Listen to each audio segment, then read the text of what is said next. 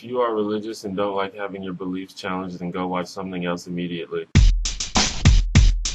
About 2 months ago, I made a video called Religious Debates Are a Waste of Time. Click my hair to watch that. And I do believe that debating with religious people and Christians in particular is kind of pointless because it's not really an argument about religion so much as an argument about arguments. Like, for example, if I tell you that 2 plus 2 equals 4, and you say, well, that's usually true, but there's a separate dimension where 2 plus 2 equals 36, and that's what I believe. In that case, we're not really discussing math anymore. We're discussing the rules of the universe, which there's not really a guidebook for, so we can't really have a decent discussion because we just be shouting opinions at each other. That said, I want to be clear because I think a lot of people got the wrong idea from that video. I don't think religious debates are unimportant. I just think they're usually unproductive. I also want to clear another thing up. Some people think that in order for an argument to be productive, someone has to win the argument, that someone has to change their mind. But no, that's not how it works. You're doing it wrong. In fact, that's the main problem with arguments, especially on the internet, is people go in there fully loaded and it's like, I'm going to shoot this dude down with my clever knowledge and my superior mindset until he submits. But no, our only goal should be to try and understand the other person, to see where they're coming from, not try to change them and not try to be changed. And most importantly, to find the initial point of disagreement. Now, when it comes to religion, I would think that the initial point of disagreement is whether or not logic and science always apply. Now, if you don't think that logic and science always apply, then we're good. Like, we have nothing to argue about. I just disagree with that, and I don't think we can go any further. But most religious people that I encounter seem to think that logic and science always apply, except when it comes to their religion. And that leads me to the question referenced in the title. What is it about religion that makes you okay with suspending everything you otherwise believe to be true about the universe? What is it that makes you believe that in this case only it's possible for an all-powerful, invisible, sentient, superior being to exist? Now, I say this on the assumption that an invisible, sentient being who's omnipresent, omnipotent, and omniscient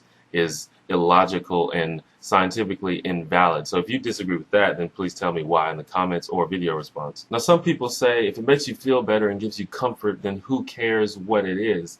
And to that I say, okay, but that's not the question. Like, some people count sheep to help them go to sleep. It essentially gives them comfort so they can go to sleep and keep their mind off of other things. But the people don't actually think that the sheep are there. You know, it's different. The question is, why does it have to be God in order for you to have comfort? Now, I want to go ahead and address some of the basic responses that I usually get to this. A common one is, well, you can't prove that there's no God, so why should I have to explain why I believe there is a God? The thing about that is it all depends on what qualifies as proof. As I said in the other video, we usually use science and logic to prove things. Like, if you wanted to prove that a cow needs water to survive, you could scientifically prove that, or you could logically conclude that since a cow is an animal and all animals need water to survive, that cows need water to survive. And if we're using science and logic, then I'd say it's pretty simple to prove that God doesn't exist, or at least to prove that he can't exist. I want to be clear, I'm talking about the Judeo-Christian God as he's described by Christians, Jews, and Muslims. A lot of other gods have the same kind of qualities, but if you believe in a God that's not all-powerful or supreme, then I'm not really talking to you right now. So have omnipotence, the power to do anything. That would include building a wall that's indestructible, and that would also include destroying that wall. That's an inherent logical contradiction that can't exist. Omnipresence is pretty easy. I'm here, I can't also be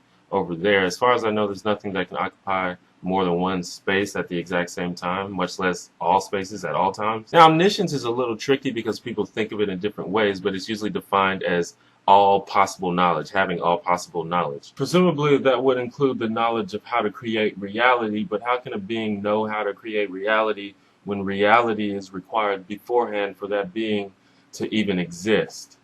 It doesn't make sense. Now, if these arguments are sound, then that means either God can exist, or at least he can exist as omnipotent, omnipresent, or omniscient. The arguments aren't sound, please tell me why in the comments or video response. And a lot of you are probably thinking, these logical rules don't apply to God, and that's the question I'm asking. Why? What is it about God that makes it okay to ignore everything that usually makes sense? Lastly, I want to address the common response that it doesn't matter whether or not God exists, and I think that's hogwash. It does matter. If God exists, that changes everything we know about science and math and logic and nature. If the Christian God specifically exists, that means I'm going to spend eternity in hell.